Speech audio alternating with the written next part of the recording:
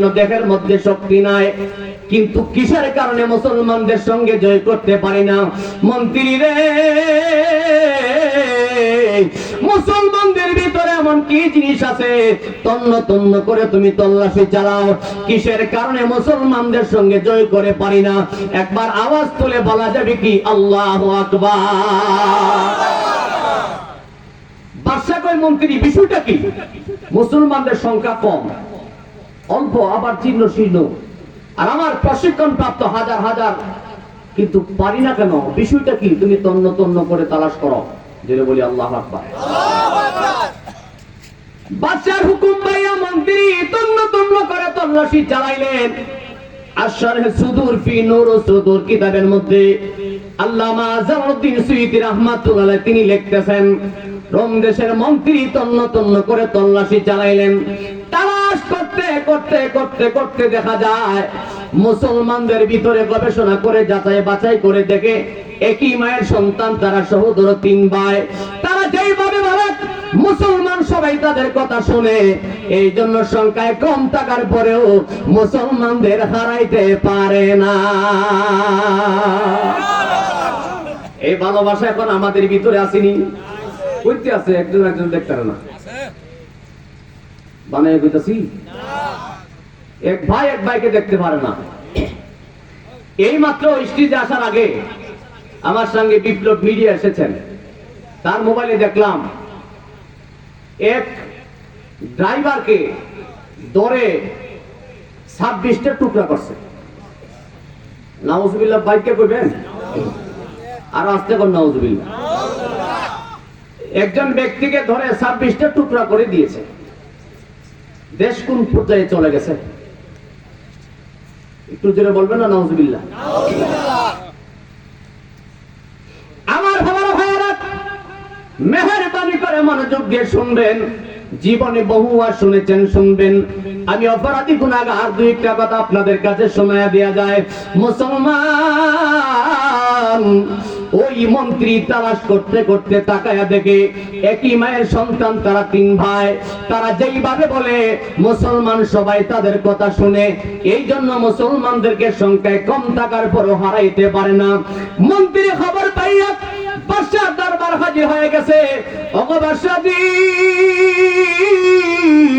মুসলমানদের দুর্বল পরিণামি পেয়ে গেলাম, মুসলমানদের খবর আমি পেয়ে গেছি। বাদশা ডাক দিয়া বলে, মন্ত্রী তুমি কি খবর পাইলা? কই মহারাজ, মুসলমানদের ভিতরে একই মায়ের সন্তান, তারা 3 ভাই। তারা যেইভাবে বলে মুসলমান তাদের কথা শুনে, এই জন্য তাদের সঙ্গে যুদ্ধ করে পারি না। আল্লাহু আকবার। বাদশা ডাক দিয়া বলে, মন্ত্রী যাও, আমি তোমার অনুমতি দিলাম, এই 3টা ছেলের বাড়িতে তুমি হাজির হয়ে যাও। আর যায়া বলবা আমি রোম দেশের বাদশা তোমারে পাঠাইলাম। তুমি যায়া বলবা জীবনে তাদের যত লক্ষ লক্ষ কোটি কোটি টাকা দরকার হয়, জীবনে যত টাকা দরকার হয় আমি তাদেরকে দেব, বিনিময়ে তারা যেন নবী ধর্মটা ছাড়িয়ে আমি রোম দেশের বাদশার পক্ষে চলে আসে। একবার শক্তি দিয়া বলা যাবে কি নাউজুবিল্লাহ। ও নবী সবাইকে মদিনায় নিলা, আমায় নিলা না? বলনি সবাইকে মদিনায় নিলা, আমায় নিলা না? মদিনা মোর আসল ঠিকানা, বলো মদিনা মোর আসল ঠিকানা। বাবা কষ্ট লাগে? হ্যাঁ, বেশি জোরে করলে কষ্ট হয়। আস্তে আস্তে কইতে পারবেন। রাগ করেন আমার কথা। যদি রাগ না করেন, ইমানদারের মন, ইমানদারের দিল মদিনায় থাকবে, এটা দুনিয়ার কোন মানুষের বানানো কথাই নয়। আপনার আমার নবীজি হাদিস শরীফে বলেন, এই হাদিসটা মুসলিম শরীফে এসেছে। আমার নবীজি বলেন, ক্বালাত ইন্নাল ঈমানা লা ইয়াজিরু ইলাল মাদিনা। আমার নবী বলেন, ইমানদারের বাড়ি পৃথিবীর যে কোনো জায়গায় হবে না কেন, ইমানদারের বাড়ি জেরপুরের জমিনে হোক, পৃথিবীর যে কোনো জায়গায় হোক না কেন, লা ইয়াজিরু ইলাল মাদিনা, ইমানদারের মন, ইমানদারের দিল সব সময় আমি নবীর মদিনায় পড়ে থাকবে। এই জন্য তো আহলে সুন্নাত ওয়াল জামাতের অন্তর্ভুক্ত যারা তারা বেশিরভাগ মদিনার জন্য পাগল, কারণ মদিনায় যিনি শুয়ে আছে তিনি আপনার আমার আকা সরকারে মদিনা। কথা বলেন ঠিক কিনা? এই জন্য আশিকেরা বলেন সবাইকে মদিনায় নিলা আমায় নিলানা নবী, সবাইকে আমায় নিলানা মদিনা মোর আসলে ঠিকানা, বলো মদিনা মোর আসল ঠিকানা। একটু শক্তি থাকলে আমার দাবি আছে, না থাকলে দাবি নাই। আওয়াজ করে বলেন না ইয়া রাসূলুল্লাহ। আরে মুসলমান বাবাজি, মন্ত্রী তালাশ করতে করতে 3টা ছেলের বাড়িতে হাজির হয়ে গেছে। বাদশা বলে আমি তোমার অনুমতি দিলাম, তুমি যা বলবা জীবনে যত টাকা দরকার হয় আমি তাদেরকে দেব। বলার সাথে সাথে মন্ত্রী তন্ন তন্ন করে রওনা দিলেন। কি ও ছেড়ে যাম? হ্যাঁ, দুই বেড়া দুই দিকে বেরিয়ে গেছে গা। পেশাবি করবো না, পুষই করছে বুঝতেছি না। আচ্ছা মারহাবা বল। না যাওই না, না লক্ষণটা ভালোই দেখা যায়। জবান খুলে কোন না মারহাবা। এ আওয়াজে মনটা ভরে না, জোরে বলেন না মারহাবা। আমার বাবাজি, মন্ত্রী 3টা ছেলের বাড়িতে হাজির হয়ে গেছে। ওই জায়গার মধ্যে যাইয়া ডাক দিয়া বলতেছে যুবক, যুবক রে তোমাদের নসিব কত ভালো, তোমাদের ভাগ্য কত ভালো। মুসলমানের সন্তান ডাক দিয়া বলে মন্ত্রী কিভাবে আমার ভাগ্য ভালো হয়ে গেছে, কিভাবে আমাদের নসিব ভালো হয়ে গেল বুঝতে পারলাম না। মন্ত্রী ডাক দিয়া বলে যুবক, রোম দেশের বাদশা আমাকে পাঠিয়েছে আর বলেছে তোমাদের জীবনে যত লক্ষ লক্ষ কোটি কোটি টাকা দরকার হয় বাদশা তোমাদেরকে দিবে, বিনিময়ে তোমরা শুধু নবীর ধর্মটা ছাড়িয়া বাদশার পক্ষে চলে যাইবা। একবার শক্তি দিয়া বলা যাবে কি নাউজুবিল্লাহ? বলার সাথে সাথে মুসলমানের সন্তান, একই মায়ের সন্তান, তারা 3 ভাই। এক ভাই আরেক ভাইয়ের চেহারার দিকে তাকায় আর চোখের পানিগুলি টিপ টিপ করে ছেড়ে কাঁদতেছে। বড় ভাইটা ছোট ভাই দুইটারে কান দিয়া বুকের মধ্যে জড়ায়া বলে বাইরে বাদশা আমাদের খবর পেয়ে গেছে, বুঝতে পেরেছি সে সহজে ছাড়বে না। আরে ভাই তোমরা আমার আদরের ছোট ভাই, একটা কথা শুনো, যেই নবীর প্রেমের মালা গলায় লাগাইছি, যেই নবীর প্রেম সাগরে সাঁতার দিয়েছি, এর মন্ত্রী শুনিয়া নাও, যেই নবীর প্রেমের মালা গলায় লাগাইছি, যেই নবীর প্রেম সাগরে সাঁতার দিয়েছি, ওই নবীর জন্য যদি জীবনটা পর্যন্ত চলিয়া যায় চোখের পলকে জীবন কুরবান করে দেব, কিন্তু যাররা পরিমাণ ঈমান ছাড়ব না। মন্ত্রী কার্য হয়ে গেলেন। ইরে টাকা দেখলে কোন মানুষ পাগল না হয়? এরা কেমন মুসলমান, জীবন দিতে রাজি হয়ে গেছে কিন্তু ঈমান দিতে রাজি হয় না।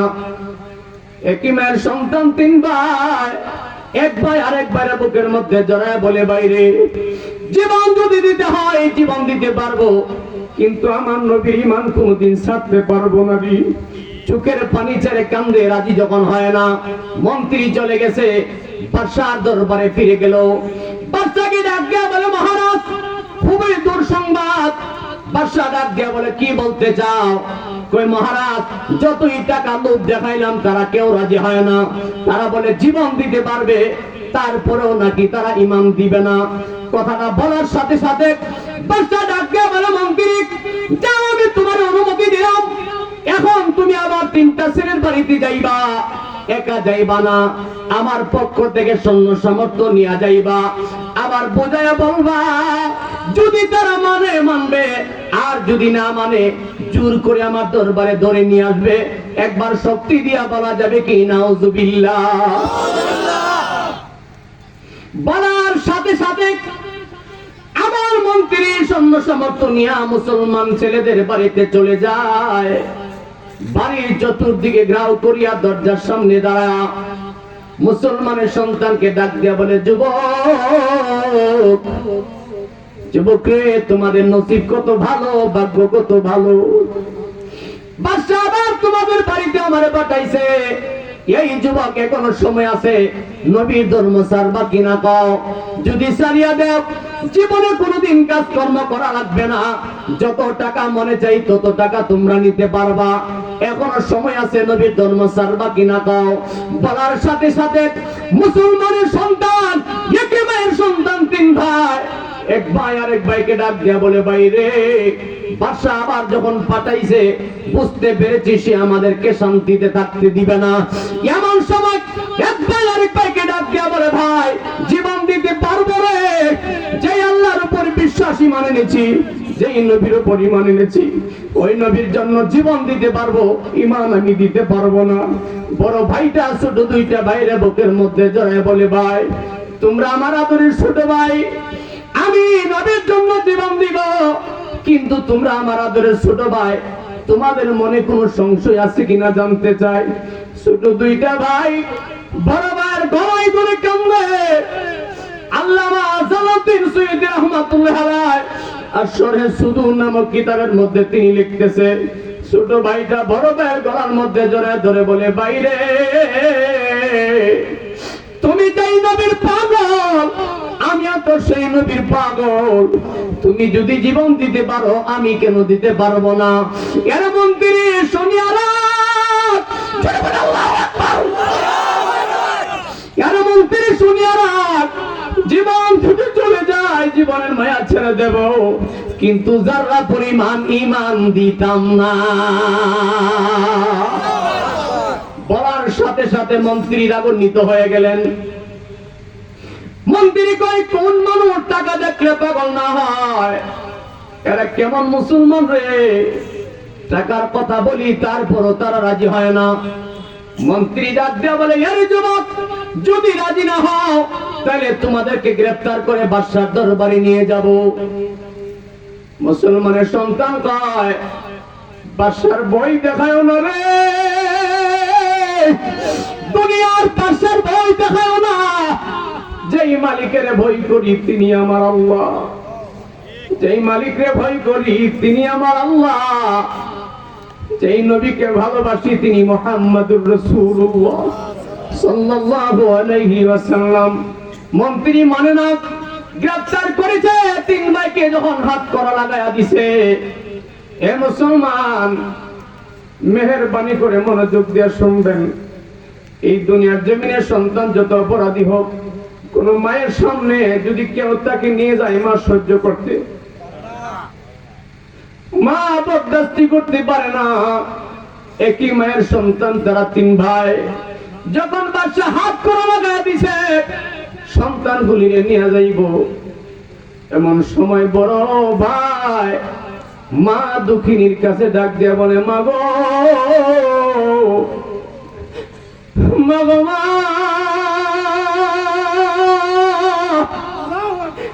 জীবনের শেষ বিদায় হইতে পারে, মা গো মা, বিদায় দাও, বিদায় দাও, হয়তো জীবনের শেষ বিদায় হয়ে যেতে পারে। মা দুঃখিনী ডাক দিয়া বলে, মন্ত্রী, আমার সন্তানগুলি রে তুই নিস না, আমার সন্তানগুলি আমার আল্লাহরে ভালোবাসে, আমার সন্তানগুলি আমার মদিনার কামলেওয়ালা নবীরে ভালোবাসে। আরে মন্ত্রী, আমার সন্তানগুলি রে ছাড়িয়া দে, আমার সন্তানের কত করা লাগাস না। কিন্তু মুসলমানের সন্তানগুলি ডাক দিয়া বলে, মা গো, কান্না করা লাগবে না, দোয়া কইরা দেন, দোয়া কইরা দেন, নবীর জন্য জীবন দিব, ঈমান দিতাম না। আল্লাহু আকবার। মন্ত্রী হাত করা লাগা নিয়ে যায়, মা দুঃখিনী সন্তানের দিকে তাকায় বিনয় বিনয় কান্দে, আর আমার আল্লাহকে ডাক দিয়া বলে, মালিক,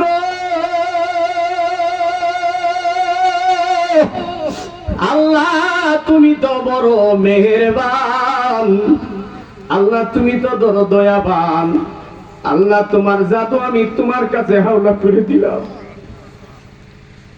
আল্লাহ তোমার ধন আমি তোমার কাছে সঁপা দিলাম, মালিক তোমার ধন আমি তোমার কাছে সঁপা দিছি।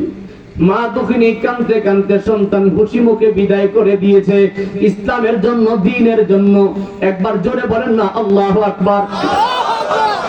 আজকে দেখা যায় কোন মানুষ যদি মাদ্রাসায় ছেলে ভর্তি করে, অনেক মানুষ মজা করে রহস্য করে, কই কেমনে খাইবো, পেট পালবো কেমনে, রুজি করবো কেমনে।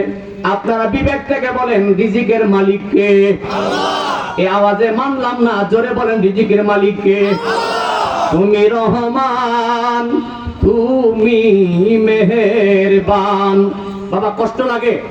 একটু জোরে বলেন না, তুমি রহমান, তুমি মেহেরবান। অন্ধে গাহে না কবু তোমারি গুণগান, বোঝে অবোঝে না তব শান। তুমি রহমান, তুমি মেহেরবান। একটু জোরে বলেন না, তুমি রহমান, তুমি। একবার জোরে বলেন না আল্লাহু আকবার। বাবা আমি যদি গজল বলি আলোচনা লম্বা হয়ে যাবে, এই জন্য ইচ্ছা করে আলোচনার ভিতরে গজল গুলি গাইতে চেষ্টা করতেছি না, আমার মূল কথাটা যেন বুঝাইয়া দিয়া যাইতে পারি। মুসলমান, একই মায়ের সন্তান তারা 3 ভাই গ্রেফতার করে নিয়ে এসেছে, বাদশার দরবার হাজির করেছে। এমন সময় রোম দেশের বাদশা ডাক দিয়া বলে, মন্ত্রী রে, এই বুঝি 3টা ছেলে? কয় মহারাজ, এই সেই 3টা ছেলে যাদের কথা মুসলমান সবাই মানে, যেই কারণে আমরা যুদ্ধের মধ্যে জয় করতে পারি না। এমন সময় বাদশা ডাক দিয়া বলে, মন্ত্রী আমার চোখের সামনে তুমি একবার জিগাও, নিজের চোখে নিজের কানে শুনতে চায়, দেখি তারা কি বলতে চায়। মন্ত্রী ডাক দিয়া বলে, যুবক, তোমাদেরকে বাদশাহ দরবারে গ্রেফতার করে নিয়ে এসেছি। মনে যা চাই তাই করতে পারবো, মনে যা চাই তাই করতে পারবো। এখনো সময় আছে, নবীর ধর্ম ছাড়বা কিনা কও। যদি না ছাড়ো, তোমাদেরকে বাদশার দরবারে নিয়ে এসেছি, কি পরিণত হয় সেটা বলা যায় না। মুসলমানের সন্তান এক ভাই আর এক ভাইয়ের দিকে তাকায় আর বিনয়া বিনয়া কান্দে, কিন্তু বাদশার ভয়ে কান্দে না, কান্দতেছে আমার নবীর প্রেমের জ্বালা। জবান খুলে বলেন না সুবহানাল্লাহ। আল্লাহর নবী গো, মায়ার নবী গো, কোনে সাধনে নবী পাইব আপনার মন।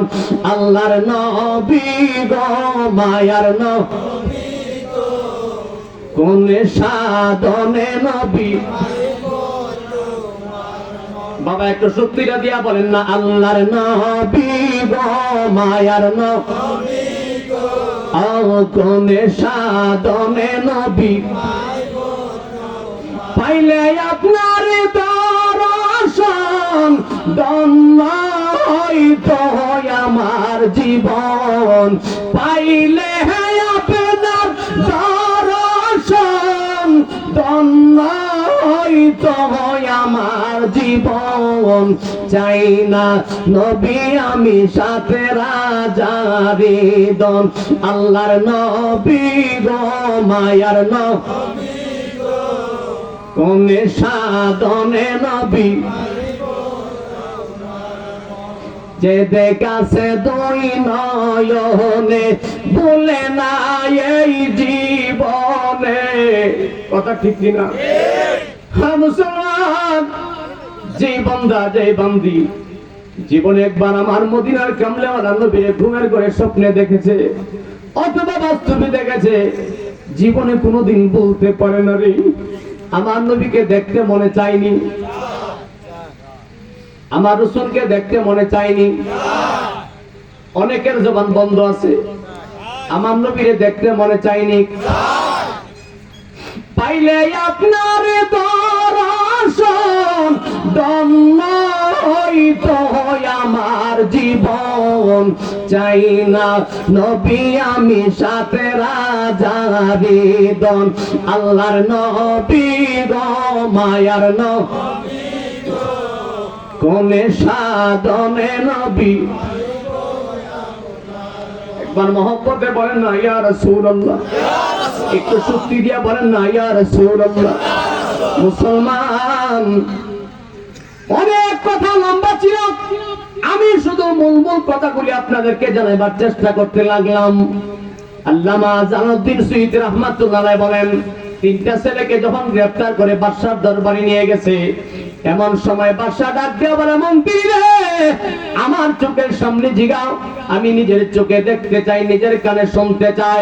বলার সাথে সাথে এমন সময় মন্ত্রী ডাক দিয়ে বলে, যুবক, তোমাদেরকে গ্রেফতার করে নিয়ে এসেছি, এখনো সময় আছে, নবীর ধর্ম ছাড়বা কিনা কও, যদি না ছাড়ো তোমাদেরকে কঠিন শাস্তির ব্যবস্থা হয়ে যাবে। মুসলমানের সন্তান এক ভাই আর এক ভাইয়ের ডাক দিয়া বলে, ভাই, আগে যে কথা বলেছি আমি এখনো সেই কথার মধ্যে অটল আছি, জীবন দিতে পারবো কিন্তু নবীর প্রেম ছাড়তে পারবো না, জীবন দিতে পারবো নবীর প্রেম ছাড়তে পারবো না রে। যখন এইভাবে কান্নাকাটি শুরু করে দিয়েছেন, এমন সময় মন্ত্রী ডাক দিয়া বলে, যুবক, এখনো সময় আছে, রাজি আছো কিনা বলো। বলার সাথে সাথে মুসলমানের সন্তান ডাক দিয়া বলে, মন্ত্রী রে, এরা মন্ত্রী, সাবধান সাবধান সাবধান করে দিলাম, জীবনের মায়া আগে তো ছেড়ে দিয়েছি, আমার নবীর জন্য জীবন কুরবান করে দিতে পারবো কিন্তু নবীর প্রেমের মালা ছাড়তে পারবো না। এমন সময় বাদশা ডাক দিয়ে বলে, মন্ত্রী, তাদের কত বড় স্পর্ধা, আমার চোখের সামনে কেমন করে কথা কয়, তুমি তাদের কঠিন শাস্তির ব্যবস্থা করো। কয়, মহারাজ, কি শাস্তির ব্যবস্থা করতাম? এমন সময় বাদশা ডাক দিয়া কয়, তুমি তাদেরকে আগুনের কুণ্ড সাজাও। বলেন না নাউজুবিল্লাহ। আশরহে সুদূর ফি নুরুস সুদূর কিতাবের মধ্যে লিখতেছেন, তাদের জন্য আগুনের কুণ্ড সাজাইলেন। আগুনের কুণ্ড সাজায়া মন্ত্রী ডাক দিয়া বলে, যুবক, তোমাদের জন্য আগুনের কুণ্ড সাজাইলাম, গরম তৈলের মধ্যে জাল দিতে দিতে দিতে দিতে টকবক টকবক করতেছে, চোখের সামনে নিয়ে ডাক দিয়ে বলে, যুবক রে, এখনো সময় আছে, নবীর ধর্ম ছাড়বা কিনা কও, যদি না ছাড়ো তোমাদেরকে আগুনের মধ্যে দেওয়া হবে। মুসলমানের সন্তান এক ভাই আরেক ভাইয়ের গলার মধ্যে ধরে বলে, ভাই, তুমি আমার আদরের বড় ভাই, আমার আগে তুমি যদি শহীদ হয়ে যাও আমি সহ্য করতে পারবো না, আমি আগে জীবনটা কুরবান করতে চাই। মেজু ভাই বলে, আমি আগে যাইতে চাই। বড় ভাই বলে, তোমরা আমার আদরের ছোট ভাই, তোমরা যাও না, আমি আগে যেতে চাই। জোরে বলে আল্লাহু আকবার। মন্ত্রী তাজ্জব হয়ে গেছে, কি দুনিয়ার মানুষ টাকা দেখলে পাগল হয়ে যায়, কোন মানুষ আগুন দেখলে ভয়ে পালায়ন না করে? এরা কেমন মুসলমান? চোখের সামনে আগুন সাজাইলাম, আগুনে যাইতে চাই, তারপর ঈমান ছাড়তে চায় না। আমার জামা, আমার বাবারা, ভাইরা, এই মাহফিলে যারা হাজির হয়ে গেছেন, যারা যেখান থেকে শুনতেছেন, বিবেক থেকে একটা কথার জবাব দিবেন, আমাদের দুনিয়ার সব কিছুর চাইতে, জানের চাইতে ঈমানের দাম বেশি না কম? দুনিয়ার সব সম্পদের চাইতে ঈমানের দাম বেশি। মুসলমানের সন্তান চোখের পানি ছেড়ে কাঁদে। এমন সময় বাদশা ডাক দিয়া বলে, মন্ত্রী, বিলম্ব সহ্য হয় না, তাড়াতাড়ি আগুনের কুণ্ডে ফালাও। এমন সময় মন্ত্রী ডাক দিয়া বলে, আরে যুবক, কি করবার সময় তো পার হয়ে যায়। মুসলমানের সন্তান বলে, মন্ত্রী রে, যা মনে চাই তা করতে পারো, ঈমান দিতাম না। এমন করে সাথে সাথে বড় ভাইটাকে হাতের মধ্যে টান দিয়ে নিয়ে গেছে, হাতে পায়ে দড়িয়া বড় ভাইটা আগুনের মধ্যে নিক্ষেপ করে দিয়েছে। জোরে বলেন না নাউজুবিল্লাহ। আপন মায়ের সন্তান দুই ভাই দাঁড়িয়ে আছে, আপন ভাইয়ের সামনে বড় ভাইটারে যখন আগুনের মধ্যে ফেলে দিয়েছে, ছোট দুইটা ভাই দাঁড়ায়া দাঁড়ায়া পড়ে, ইন্না লিল্লাহি ওয়া ইন্না ইলাইহি রাজিউন।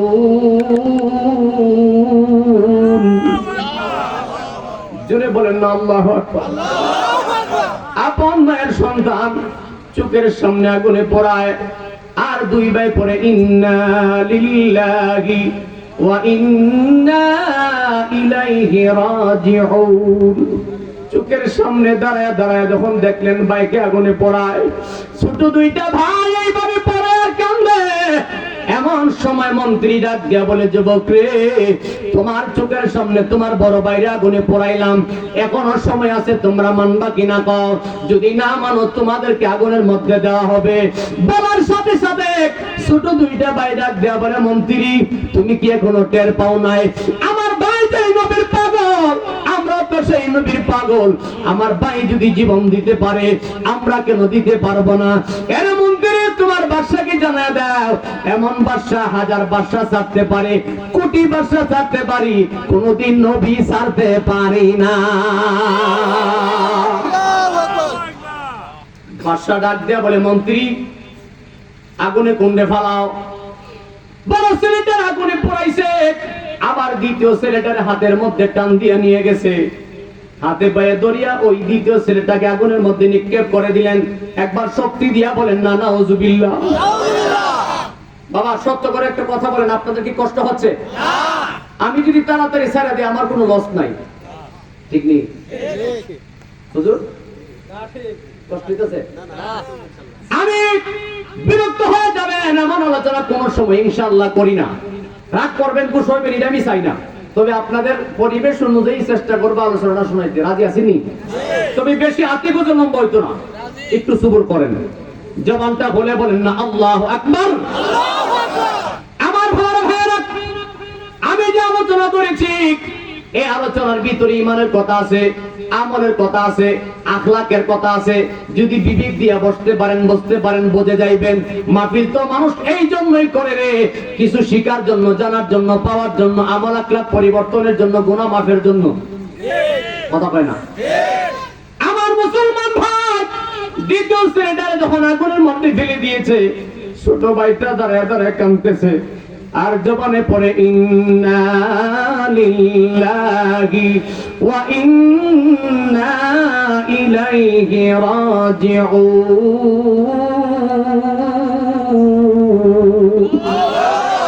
তারা চোখের পানি ছাড়া করে কাঁদে। দুইটা ছেলের আগুনে পোড়াইছে, তৃতীয় ছেলেটার আগুনে পোড়াইবার জন্য প্রস্তুতি নেয়। ছোট ভাইটা মন্ত্রীকে ডাক দেয়া বলে, মন্ত্রী রে, আমার হাতে ধরা লাগবে না, আমার হাতে ধরে লাগবে না, নিজের ইচ্ছায় আমি আগুনের মধ্যে চলে যেতে চাই।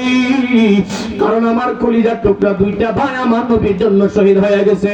আমাকে হাতে ধরে পায়ে ধরে কোনোদিন আগুনের মধ্যে নেওয়া লাগবে না, আমি নিজে আগুনের মধ্যে যেতে চাই। মন্ত্রী বলে, বুঝলাম না রে, এমন মুসলমান তো জীবনে দেখি নাই। মানুষ আগুন দেখলে ভয়ে পালন করে, তারা নিজের ইচ্ছায় আগুনে যাইতে চায়। এমন সময় জিজ্ঞাসা করার পরে ছোট ভাই ডাক দিয়ে বলে, আরে মন্ত্রী, দুনিয়ার আগুনকে ভয় পাই না রে, পরকালের আগুনকে বড় ভয় পাই। দুনিয়ার আগুনকে ভয় করি না রে, পরকালের আগুনকে বড় ভয় পায়। ওই আগুন তো সহ্য করা যায় না, এই জন্য আমার নবীর জন্য জীবন দিতে পারবো, কোনোদিন বেঈমান হতে পারবো না। এমন সময় মন্ত্রী ডাক দেয়া বলে, মহারাজ, আমার মাথায় নতুন একটা বুদ্ধি আসছে। কই কিসের বুদ্ধি? কয় মহারাজ, দুইটা ছেলেরা তো আগুনের মধ্যে পোড়াইয়া দিলাম, লাভ তো এক পয়সা হয় নাই। এই ছেলেটা ছোট আছে, এটারা যদি আগুনের মধ্যে পোড়াইয়া দেয়, আমার মাথার মধ্যে নতুন একটা বুদ্ধি আছে, এই ছেলেটা আমার কাছে দিয়া দেন। কই তুমি কি করবা? আপনি লক্ষ্য করে দেখবেন, ভালো মানুষ ভালো বুদ্ধি দেয়, খারাপ মানুষ মেম্বার সাহেব দেখবেন সমাজে যদি জোগ্রাফাজল হয়, এমন কিছু মানুষ আছে রাতের বেলা না খায় না ঘুমায় আগুনটা নিভাবার চেষ্টা করে, আছে না নাই? আবার কিছু কিছু আছে জাল দিবার চেষ্টা করে। রাগ করছেন নাকি? আপনার মনে মনে করবেন কইতে হুজুর দিলে লইছে উল্লাহ দিতে বেমজা কথা কয়, আছে না নাই? জবান খুলে বলেন আছে না নাই? আমার ভাইরা, ছোট ছেলেটাকে মন্ত্রী ডাক দিয়ে বলে, মহারাজ, এই ছেলেটা আমার কাছে দিয়ে দেন। বাদশা কই তুমি কি করবা? কই মহারাজ, এই ছেলেটাকে আমার হাতের মধ্যে দিয়ে দেন। এই ছেলেটাকে আমার হাতের মধ্যে দিয়ে দিলে, এই ছেলেটাকে যদি আমার হাতের মধ্যে দিয়ে দেন, তাহলে ওই ছেলেটাকে আমার কাছে নিয়ে নিব। কই তুমি কি করবা? কই মহারাজ, আমার ঘরের ভিতরে, রোম দেশের ভিতরে সবচেয়ে সুন্দরী রূপ